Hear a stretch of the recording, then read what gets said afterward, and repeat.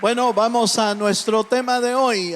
Abra su Biblia en el libro de los Salmos, Salmos capítulo 18.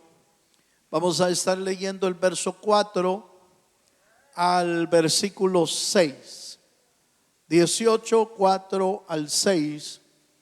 Dice así la palabra del Señor.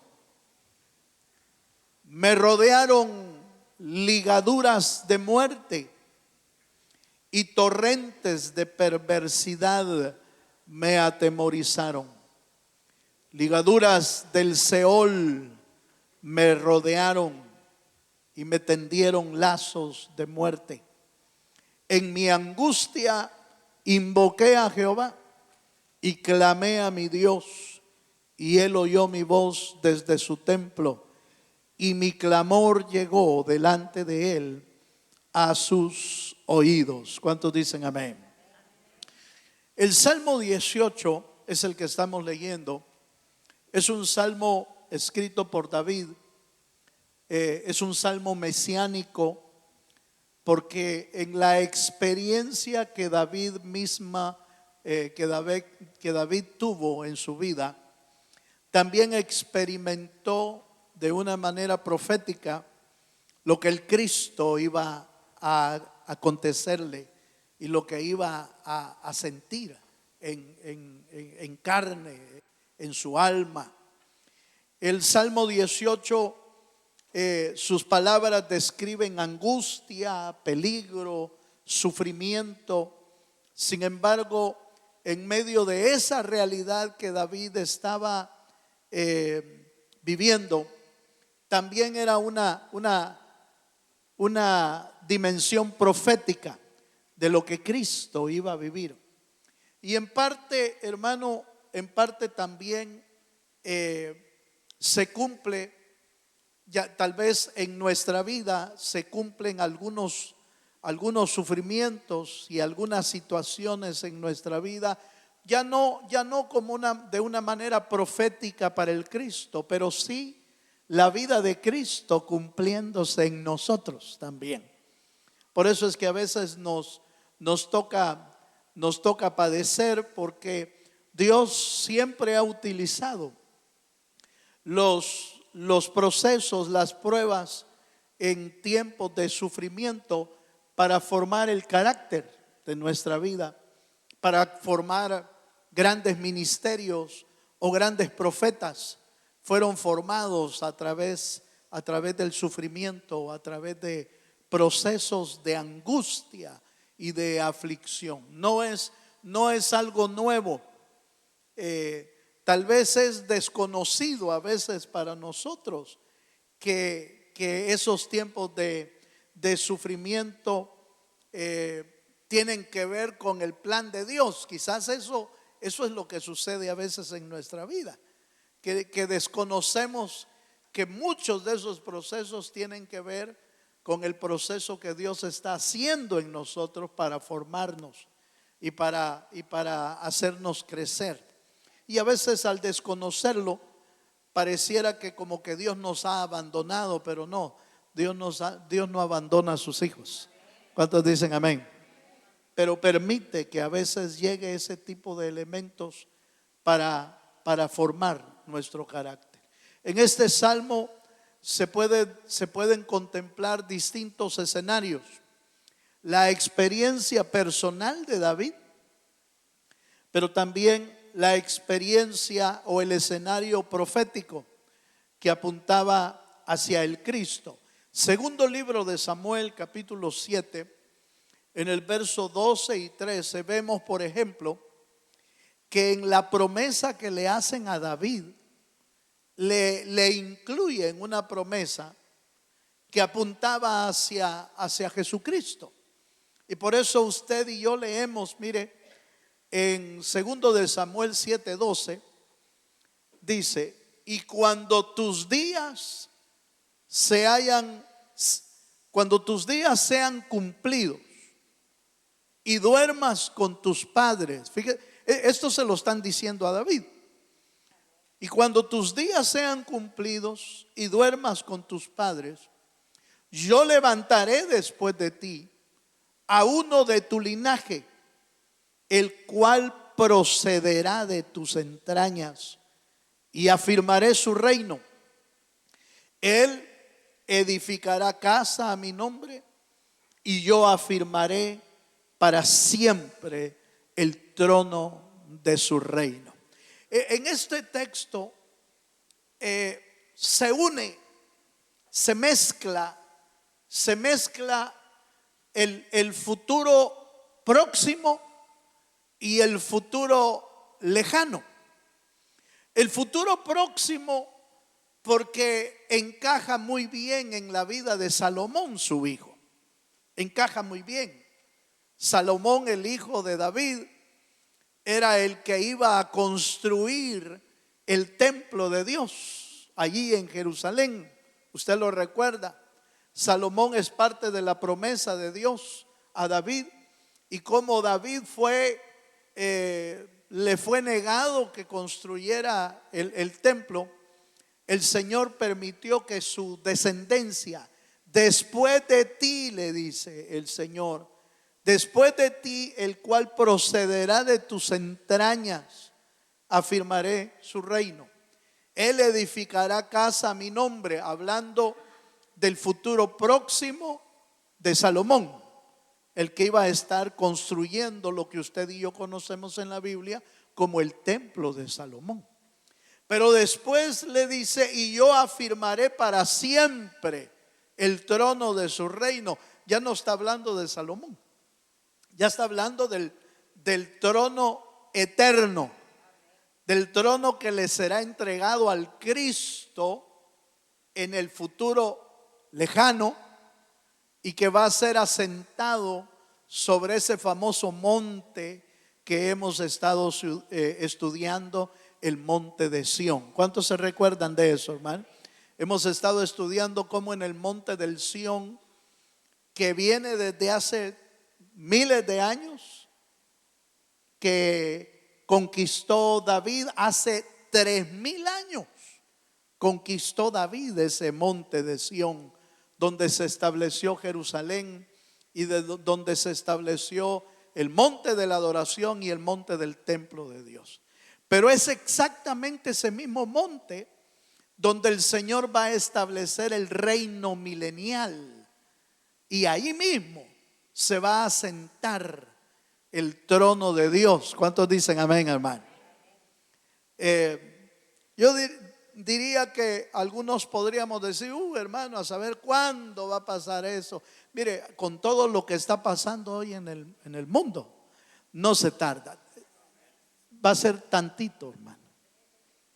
Con todo lo que está pasando en el mundo, ya se dio cuenta de tantas noticias, de terremotos, que tsunamis, que huracanes, que inundaciones. El último acontecimiento que ha dejado en shock al mundo, ¿cómo se llama? El desprendimiento de un glacial. El desprendimiento de un glacial de más de 5000 metros de altura, y que se trajo parte, hermano, del monte que iba encontrando, hasta que arrasó toda una ciudad en Nepal, ¿verdad? Ha dejado asombrados, y algunos todavía dicen, no, pero es que no hay calentamiento global. Las cosas no se derriten por gusto, hermano. Se está colapsando el mundo entero, y eso no es más que apunta que la venida del Señor está cerca. Prepárese, Cristo viene pronto. Dele un aplauso al Dios de los cielos. Hermano, ¿hace cuánto oímos eso? No importa cuánto. Lo que es cierto es que nuestro corazón debe de estar preparado para cualquier momento, sea que el Señor venga o que nosotros tengamos que partir.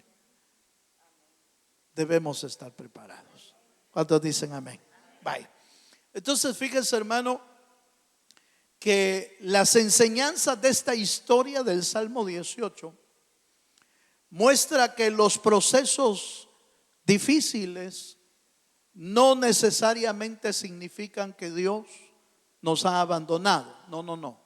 Significa que Dios está procesando nuestra vida, está tratando nuestra alma. Eso es lo que significa. Muchas veces aquello que vivimos forma parte del desarrollo de nuestro carácter. No, David no andaba escondiéndose, no andaba en la cueva de Adulán, no andaba huyendo de Saúl el rey por gusto. No, estaban procesando su alma. Dios estaba procesando su alma para llevarlo a ser el futuro rey de Israel. Quizás a nosotros no nos van a hacer rey aquí en la tierra, aunque por lo menos por ahorita. Por ahorita no.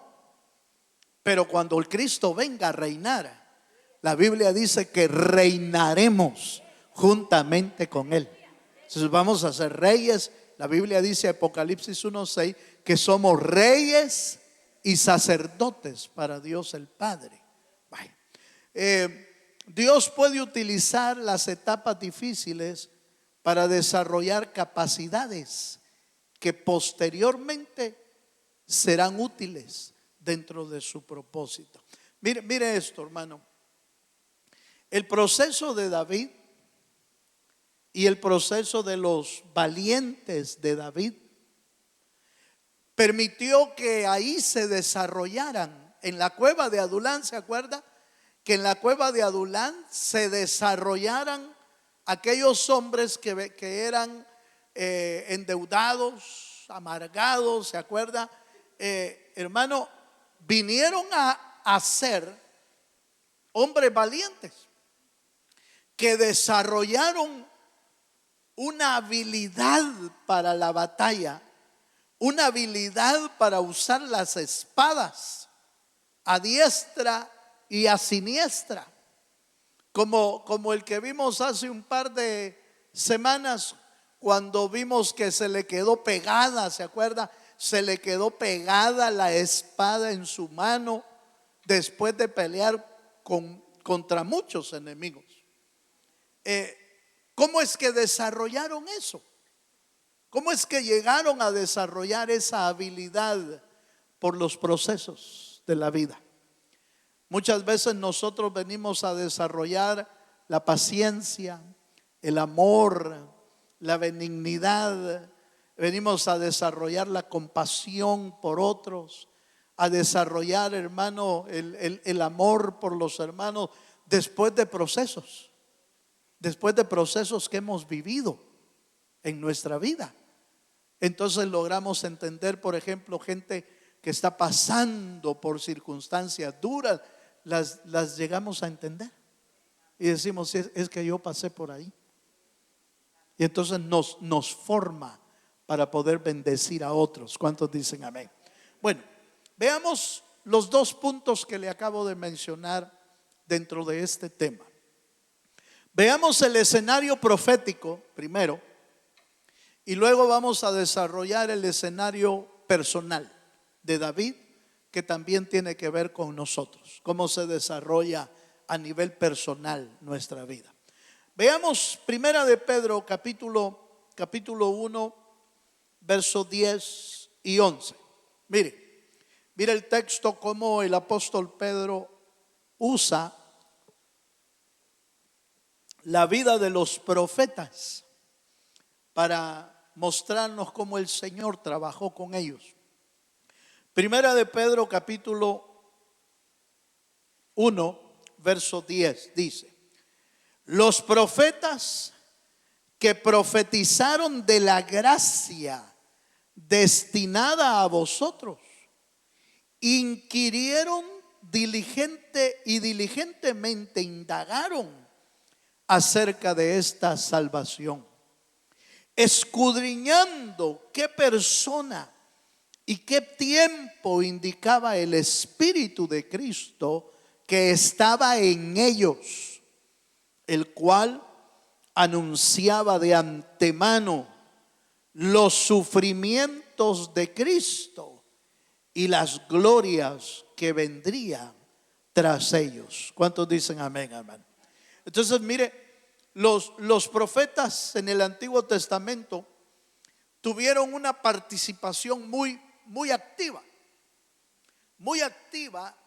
en preparar la palabra profética de lo que Cristo iba a venir a padecer. Algunos de ellos, fíjese hermano, algunos de ellos vivieron en carne propia lo que iba a acontecerles, lo que le iba a acontecer a Cristo. Por ejemplo, usted se recuerda de José, allá desde el libro de Génesis, encontramos cómo José vivió en su carne propia eventos que representaban lo que iba a sucederle al Cristo. Por ejemplo, vemos en la escritura cómo José era maldecido por sus hermanos, era odiado por sus hermanos, cómo sus hermanos lo vendieron por 20 monedas de plata. José fue vendido por 20. El Señor Jesucristo fue vendido por 30. Es que nuestro Señor vale más. Aleluya. Fue vendido por 30 monedas de plata. Pero lo vendieron sus hermanos al Señor también. Los judíos. A los suyos vino, pero los suyos no lo recibieron. Los suyos fueron los que gritaban en la plaza, los que le pidieron: ¿y qué hacemos con este Cristo? ¿A quién quieren que le suelte? ¿O a Barrabás o a Jesús? Y todos pidieron a Barrabás. Consternado Pilato, porque no esperaba esa respuesta, hermano. Pilato mismo no esperaba esa respuesta. Si Pilato esperaba la respuesta de que dijeran: danos a Jesús, no queremos al asesino, no queremos al ladrón, queremos a Jesús. Pero como los judíos, los fariseos, los sacerdotes de ese tiempo ya habían puesto de acuerdo al pueblo, habían hecho sus artimañas y habían afectado y nublado el pensamiento del pueblo. El pueblo empezó a gritar: no queremos a Barrabás, nosotros no queremos a Jesús. Y consternado Pilato dijo: pero ¿y qué hago con este hombre? ¿Qué hago con este Jesús? ¿Qué hago? Y el pueblo entero empezó a gritar: crucifiquen, crucifiquen. Hermanos, hasta el propio Pilato se asustó de lo que estaba viendo. Pues su sangre sea sobre ustedes. Sí, dijeron, que sea sobre nosotros y sobre nuestros hijos. Mire, por eso es que hasta el día de hoy han pagado muchas cosas, lamentablemente, el pueblo judío, el pueblo de Israel. Pero sigue siendo el pueblo de Dios, bendecido, pero en unas pruebas, hermano, que, bueno, ¿qué le puedo decir yo? El detalle es que los profetas vivieron en carne propia eventos que señalaban al Cristo. David igual estaba viviendo eventos que señalaban. David atravesó momentos difíciles que posteriormente quedaron plasmados en el libro de los Salmos, algunos en los Salmos, y estas experiencias contienen elementos que apuntan al sufrimiento de nuestro Señor Jesucristo. No solo David, no solo José, no solo Moisés, Isaías y los profetas vivieron en carne propia lo que dejaron escrito para señalar al Cristo. Otro ejemplo maravilloso, Jonás. ¿Quién se acuerda de Jonás? De la Biblia, pues, no. Jonás fue otro ejemplo. Otro ejemplo, pero maravilloso, que apuntaba a la venida de Cristo. Leamos Lucas capítulo 11, verso 29 al 30.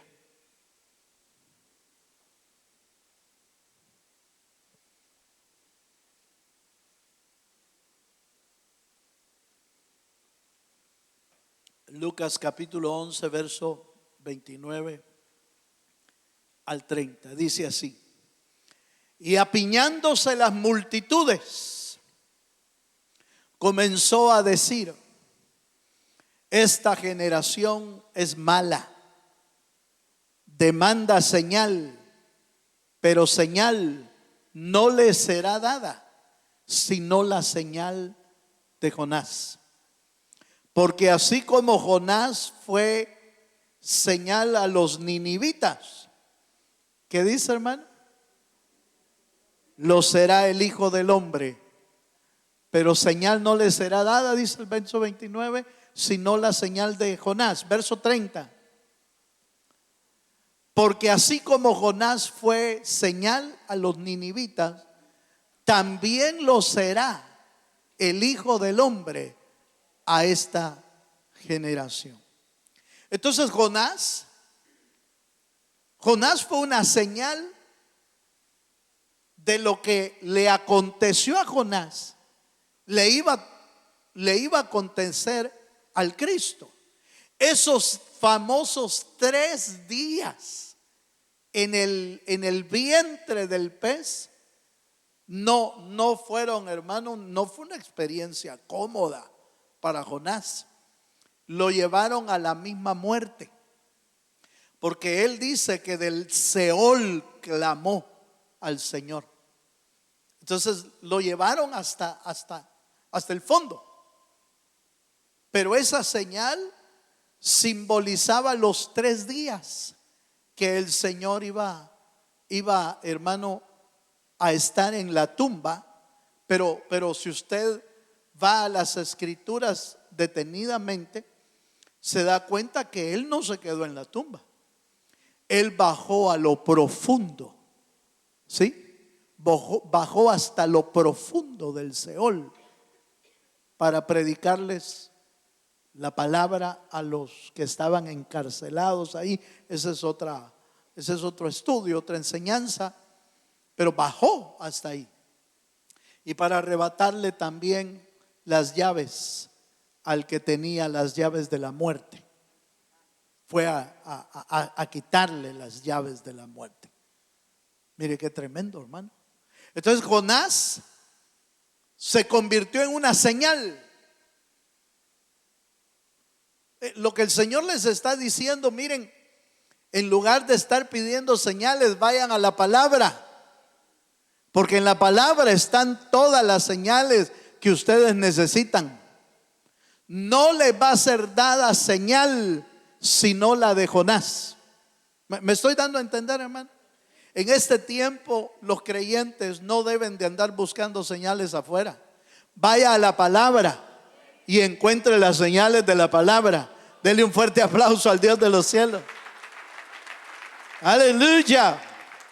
Debemos aprender a mirar las escrituras, reconociendo que toda la historia bíblica nos conduce a nuestro Redentor llamado Jesucristo. Las experiencias de los hombres y mujeres de Dios fueron preservadas para nuestra enseñanza. Por eso, si leemos Romanos capítulo 15, verso 4, ahí dice con claridad que todo lo que está escrito fue escrito para nosotros. Mire lo que dice Romanos 15, verso 4.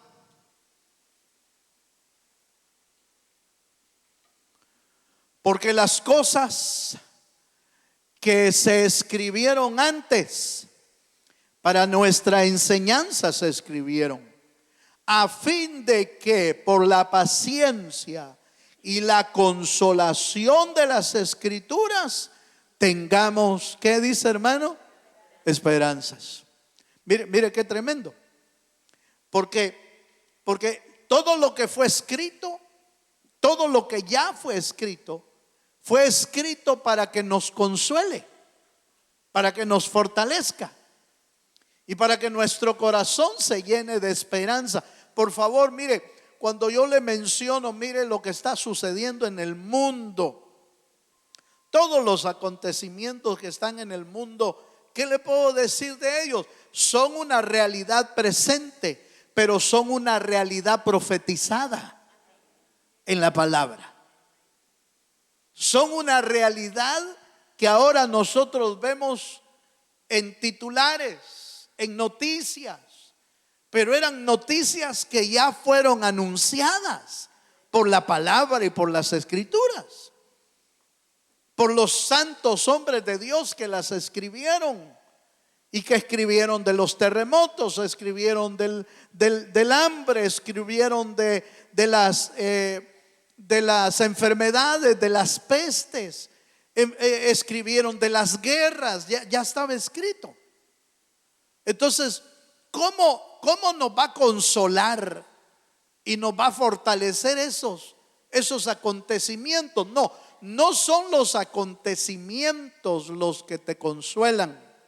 Lo que te consuela es saber que después de todos esos eventos, nuestro Redentor ha de venir por su pueblo, a recoger a su pueblo y que estaremos con él para siempre. Eso es lo que debe de fortalecernos, que en medio aún de esas pruebas el Señor estará con nosotros. El Señor estará fortaleciéndonos. Bueno, ese es el escenario profético. Todo lo que le aconteció a David era señal, era profético de lo que iba a acontecer a la vida de nuestro Señor Jesucristo. Ahora veámoslo en el ámbito personal, el escenario personal de lo que le aconteció a David y que también tiene que ver con nosotros. Filipenses capítulo 3, verso 10.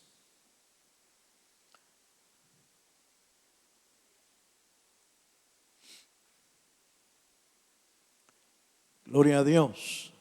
¿Lo tiene, hermano?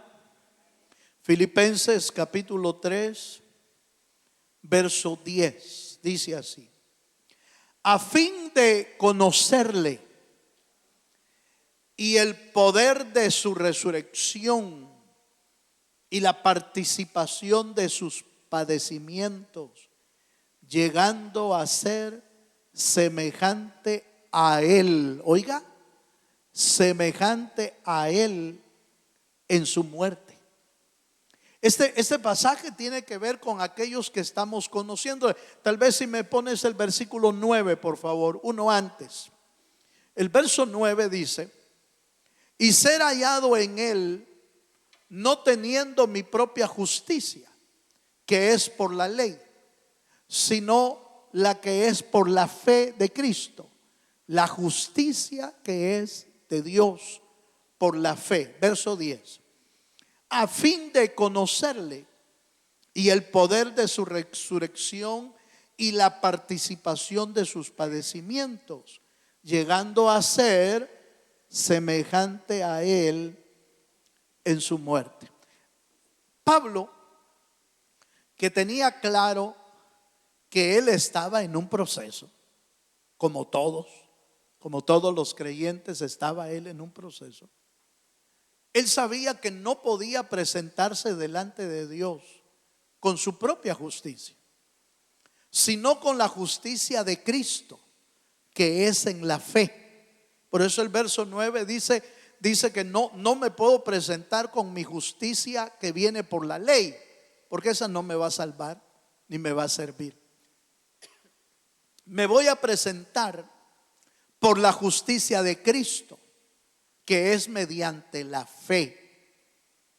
Pero ya en el verso 10 dice que a fin de conocerle. Entonces oiga esto que le voy a decir. ¿Cómo se conoce a Cristo?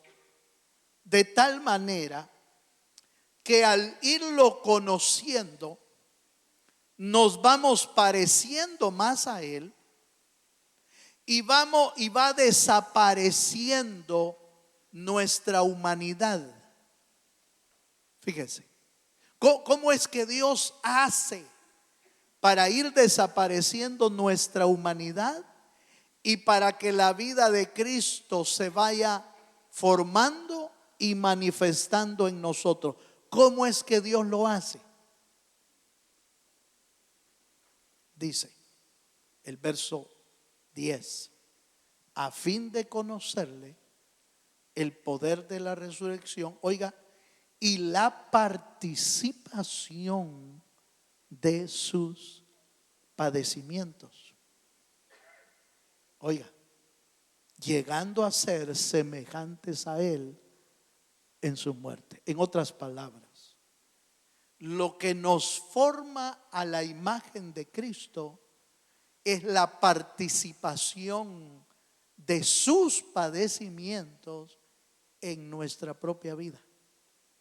Porque esos padecimientos hacen desaparecer nuestra humanidad y hacen que se manifieste el Cristo en nosotros. No sé si me estoy dando a entender, hermano. ¿Me estoy dando a entender?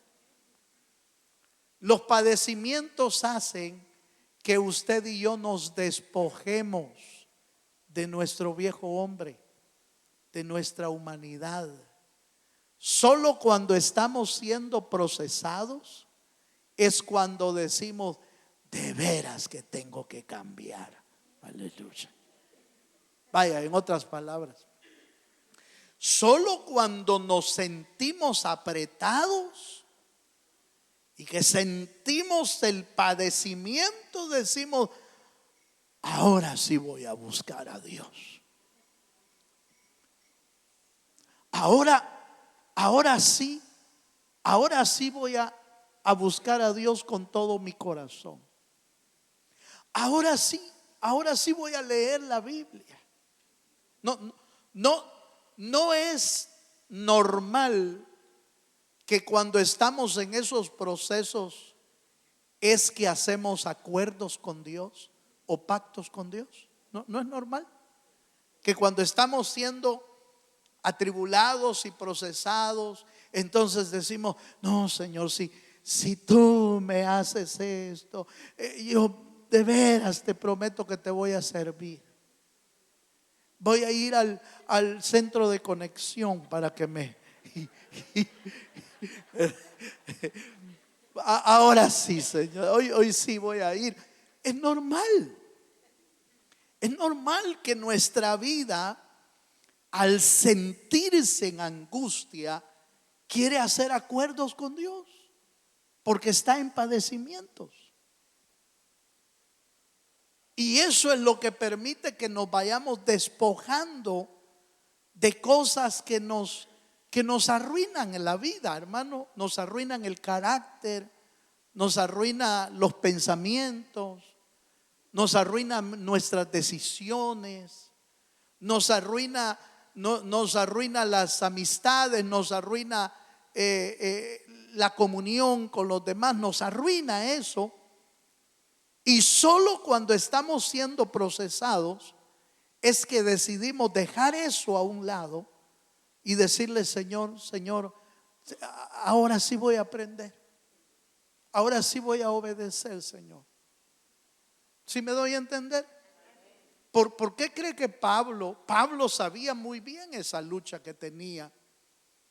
Y decía: yo hago una cosa, dejando ciertamente lo que queda atrás y me extiendo hacia adelante, porque él mismo sabía que tenía que dejar cosas atrás. Y si no, recuerda usted las cosas que Pablo traía, hermano, que Saulo traía: religioso a morir, legalista, hermano. Pero ¿quién se comparaba a Pablo, a Saulo, como legalista? Si él mismo dice: yo soy fariseo de fariseos, como diciendo: yo soy el primero del legalismo. Sí, pero lo tuvo que cambiar Dios ahí. Lo tuvo que procesar Dios.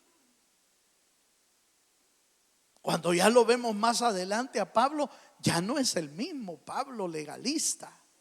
Ya no. Ha sido cambiado, transformado. Y Pablo podía, por eso es que mire, se debe de cumplir ese padecimiento y sufrimiento que padecemos por el Señor o por los procesos del Señor. Se adhieren a nuestro ser y se vuelven una señal de Cristo en nuestra vida. Por eso Pablo decía: en mi cuerpo llevo, ¿qué, hermano? Las señales de Cristo. ¿Por qué decía eso? Por todas las experiencias que había vivido. Lo habían encarcelado, lo habían latigado, lo habían apedreado, ¿y qué no habían hecho con Pablo? Entonces, cuando usted y yo pasamos por algún sufrimiento, lo único que está haciendo Dios es formar la imagen de Cristo en nuestra vida. Dele un fuerte aplauso al Señor si se anima.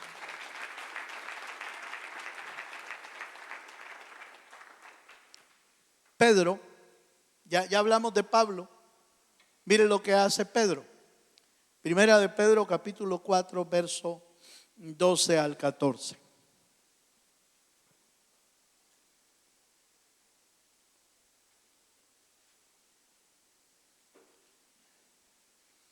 Primera de Pedro, capítulo 4, verso 12 al 14. Dice: amados, no os sorprendáis del fuego de la prueba que os ha sobrevenido, como si alguna cosa extraña os aconteciese, sino gozaos por cuanto sois, otra vez, oiga lo que dice el apóstol Pedro, por cuanto sois participantes de los padecimientos. ¿De quién? ¿No es lo que acabamos de leer que dice Pablo?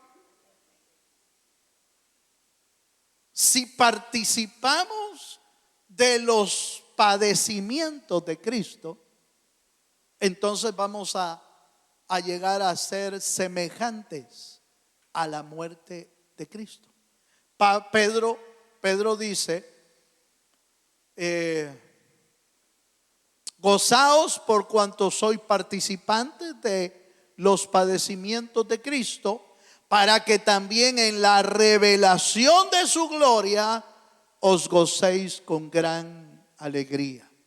Si sois vituperados por el nombre de Cristo, sois bienaventurados, porque el glorioso Espíritu de Dios reposa sobre vosotros.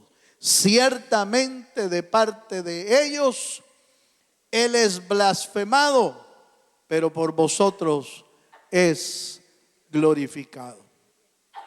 ¿Qué dice Pedro entonces? Pedro da a entender, hermano, no se asusten cuando el padecimiento venga. No se asusten, no se aflija, no se angustie, no se desespere. Sepa que Dios está procesándolo. Aleluya.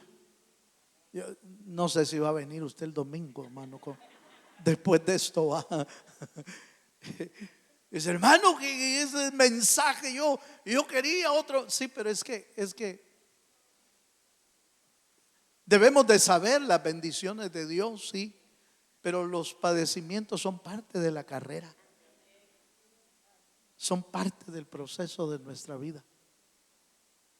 Por eso, note que Pedro dice: gozaos de las pruebas. ¿No dice el libro de los Hechos que cuando recién los habían azotado, apaleado a los discípulos, salían de las cárceles? ¿Y cómo salían, hermano? Así dice su Biblia. Dice que salían gozosos de haber sido tomados por dignos de sufrir por la causa de Cristo. Salían contentos después de la gran apaleada, hermano. Salían contentos. Por eso no es extraño encontrar a alguien que ya está siendo formado y pasar por el proceso. No es extraño oír a alguien decir: hermano, que le está yendo pero mal. Sí, dice, gracias a Dios, Dios sabrá qué está haciendo. No es extraño oírlo así. Es que ha entendido que lo están procesando, que lo están formando, y que de nada sirve, hermano, de nada sirve amargarse, de nada sirve enojarse tampoco. ¿De qué le sirve a uno enojarse y decir: Señor, ¿y qué te pasa? No, ¿cómo que qué te pasa? Parece ahí. No, ¿desde cuándo podemos nosotros reclamarle de esa manera? Aunque podemos hacerlo. Podemos hacerlo si el Señor nos oye, hermano. El Señor nos oye.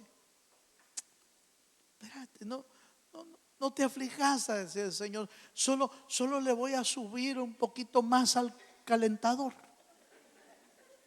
Ya te falta poco.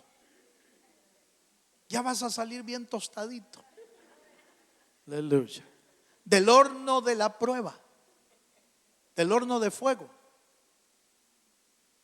¿Usted cree que Dios pudo evitarle a Sadrach, Mesach y Abednego? ¿Pudo evitarles que entraran al horno de fuego, hermano? ¿Pudo Dios evitarlo? Sí, claro que sí, hermano, pudo hacerlo, pero no lo hizo. ¿Por qué no lo hizo? Porque quería mostrar su poder. Su poder en los tres que iban a lanzar en el horno de fuego. Quería mostrar su poder.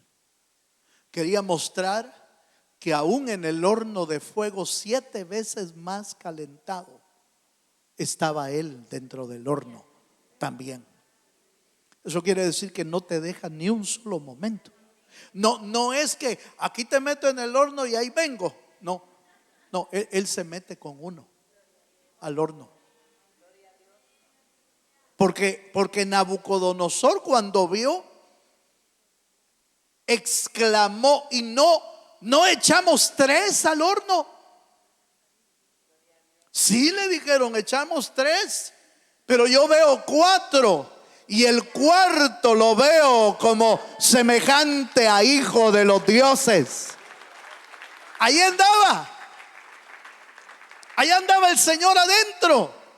Sí, hermano, en el horno de fuego no te deja Dios ni un solo momento. Se mete con nosotros al horno. ¿Usted cree que hubiera podido Dios librar a Daniel de que lo metieran al foso? ¿Se acuerda? Al foso de los leones. ¿Lo hubiera podido sacar de ahí? ¿O no hubiera permitido que entrara? Pero lo permitió, porque iba a mostrar su gloria. Y lo metió. No le habían dado de comer a los leones antes, para que no tuvieran hambre. No habían comido los leones a saber por cuánto tiempo. Daniel entró, pero entró solo, hermano. ¿Por qué podemos decir que no entró solo? Con los 3 hebreos, porque andaba un cuarto. Y con Daniel, ¿cómo aseguramos que no estaba solo? Porque Daniel lo dijo: oh rey, vive para siempre. El Señor envió su ángel y me ha librado de los leones. Su ángel estaba ahí con él, adentro del foso de los leones. No estás solo cuando estás en la prueba, pero los fosos y los hornos prueban nuestra vida, preparan nuestra vida, forman nuestra vida. Por eso podemos decir: hermano, ¿y qué tal, hermano? ¿Cómo estás? Con gozo, hermano. aunque te esté llevando la trampa, aunque te esté pasando hermano, la podadora, aunque te esté pasando la planadora, estés en pruebas y en dificultades, hermano, ahí sí que como el canto dice, ¿verdad? La iglesia está en pruebas, en dificultades, pero la iglesia sigue caminando. El creyente debe seguir caminando en medio de las pruebas, porque es parte del camino.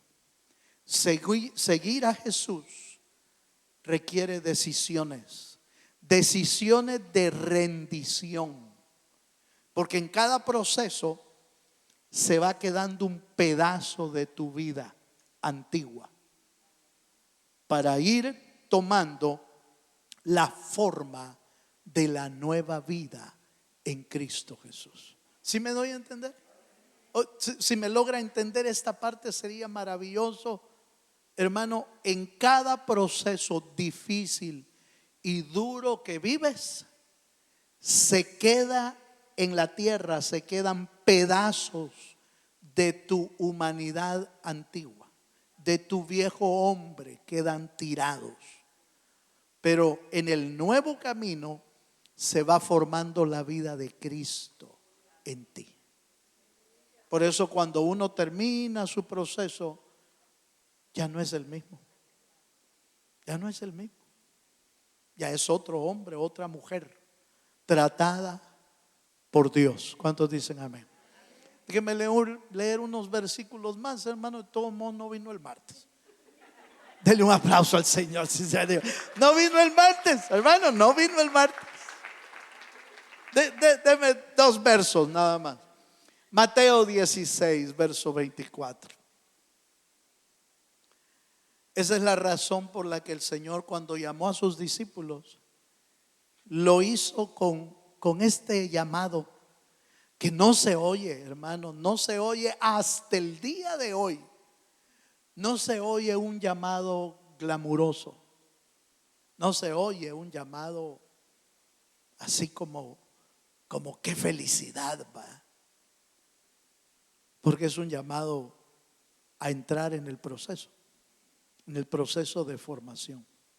Mateo 16, 24 dice: entonces Jesús dijo a sus discípulos. ¿Alguno aquí es discípulo? Levanten la mano los que son discípulos. Entonces es con ustedes. Entonces Jesús dijo a sus discípulos: si alguno quiere venir en pos de mí, niéguese a sí mismo y tome su cruz. ¿Y qué, hermano? El llamado nunca ha sido, oiga lo que voy a decir, perdón por lo que voy a decir, pero el llamado nunca ha sido para descubrir el campeón que está en ti.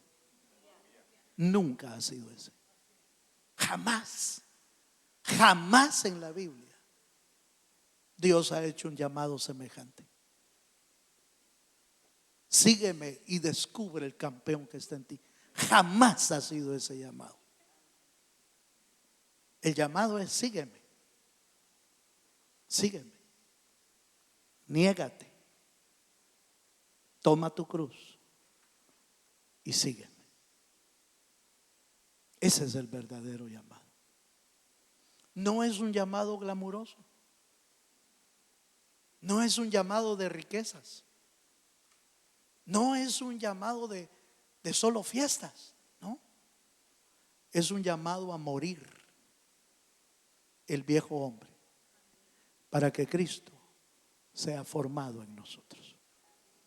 Póngase de pie, por favor. La formación del creyente no consiste solo en adquirir conocimiento. Implica permitir que Dios transforme nuestra manera de vivir a través de los procesos de renuncia, sufrimiento, disciplina y perseverancia. Eso es lo que Dios quiere de nosotros. Vamos a cerrar nuestros ojos un momento mientras mis hermanos suben aquí para podamos tomar un momento de reflexión y pedirle al Señor: Señor, forma mi vida a tu imagen, no a la imagen de nadie, sino a la imagen de Jesús, nuestro Señor. ¿Quieres venir adelante y decirle: Señor, ¿aceptas el llamado del Señor? ¿Aceptas la invitación de Dios? ¿Quieres seguirme? Ven, sígueme. Sígueme. Voy a formar tu carácter, voy a formar tu vida a la imagen de Jesús. Aleluya. Cierra tus ojos un momento y dejemos que el Señor hable a nuestra vida. Toma tus propias decisiones. Toma las decisiones que tú consideres a la luz de la palabra, no a la luz de lo que te conviene, sino a la luz de la palabra. Porque si fuera lo que nos conviene, decidiéramos solo lo que nos gusta.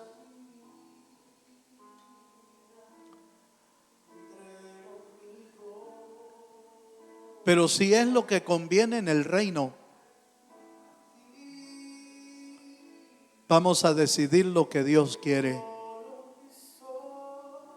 para nuestra vida.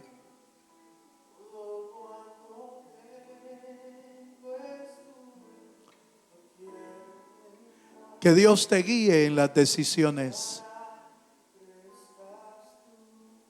que vas a tomar para buscar a Dios. Que el Espíritu del Señor te guíe en lo que hay que ir dejando atrás, en lo que hay que ir dejando tirado en el camino, a fin de que la imagen de Cristo se vaya formando en nosotros. Y si eso permite que participemos de sus padecimientos, deja que Él lo haga. Dejemos que Él lo haga, porque eso es lo que conviene.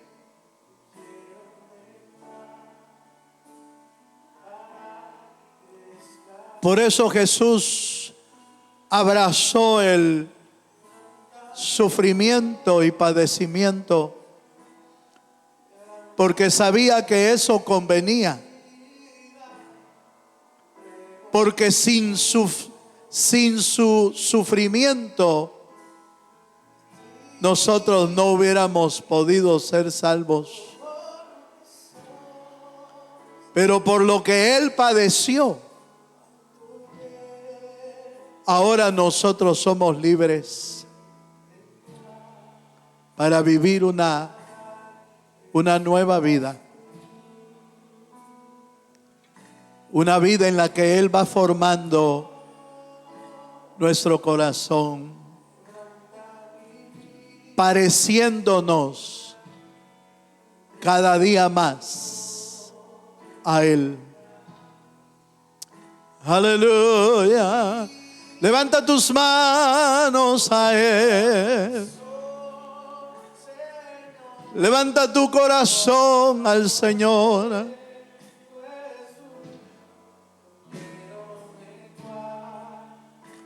Aleluya.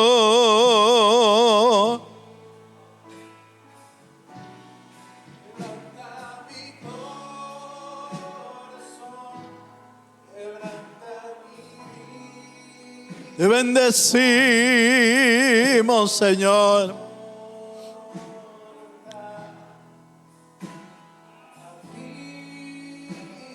Sí, Señor.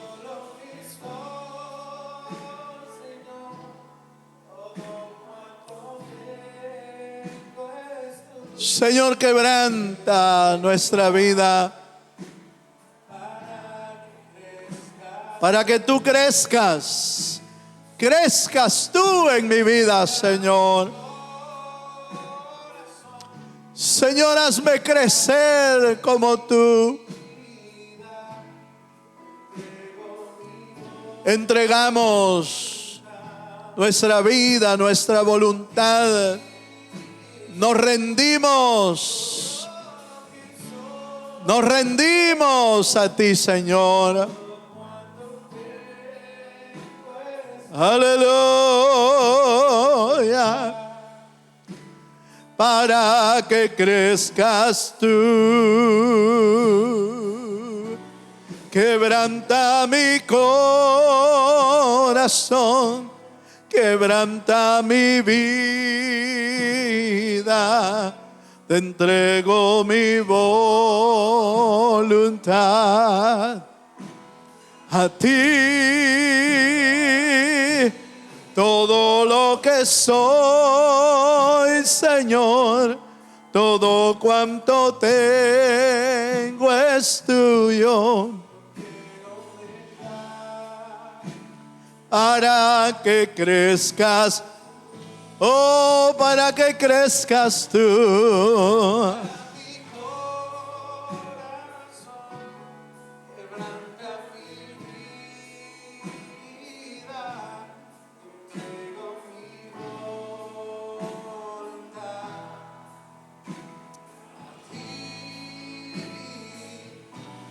Todo lo que soy, Señor, todo cuanto tengo es tuyo. Yo quiero menguar para que crezca. ¿Puedes un momento levantar tus manos al cielo? Permíteme orar esta noche por ti. Si estás pasando por pruebas, si estás pasando por padecimientos,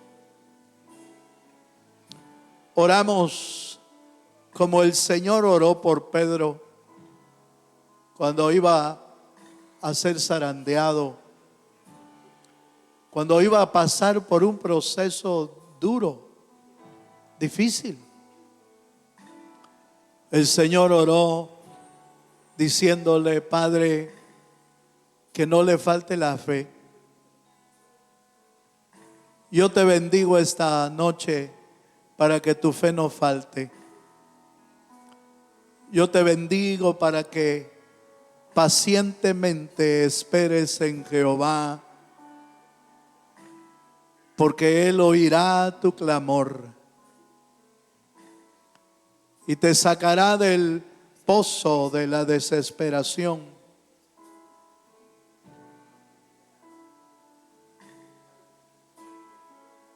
Que el Dios de los cielos te llene tu corazón en medio de la prueba de su presencia, para que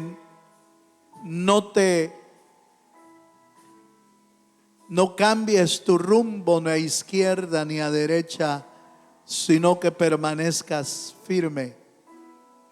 Porque en medio de ese proceso, el Señor formará la vida de Cristo en tu vida y en mi vida. Yo te bendigo para que permanezcas firme. Yo te bendigo para que te agarres de Dios con todo tu corazón. Yo te bendigo para que en medio de la prueba, de la enfermedad, de la angustia, de la aflicción, Jehová sea tu socorro, como lo hizo con Daniel en el foso de los leones, como lo hizo con los 3 hebreos en el horno de fuego. Así te sostenga el Señor todos los días de tu vida en medio de la necesidad, y veas la maravillosa mano de Dios moviéndose en tu corazón, en tu casa, en tu familia, en el nombre de Jesús. Aleluya. Bendito sea el nombre del Señor.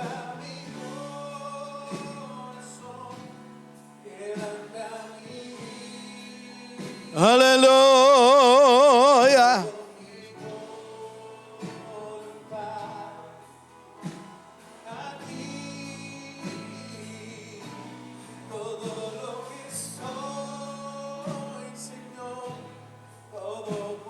Aleluya, Señor Jesús.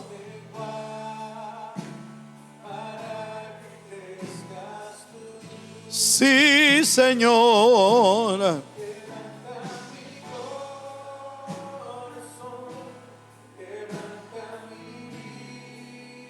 Aleluya. Gracias, Señor. Gracias por tu presencia, por tu palabra. Gracias.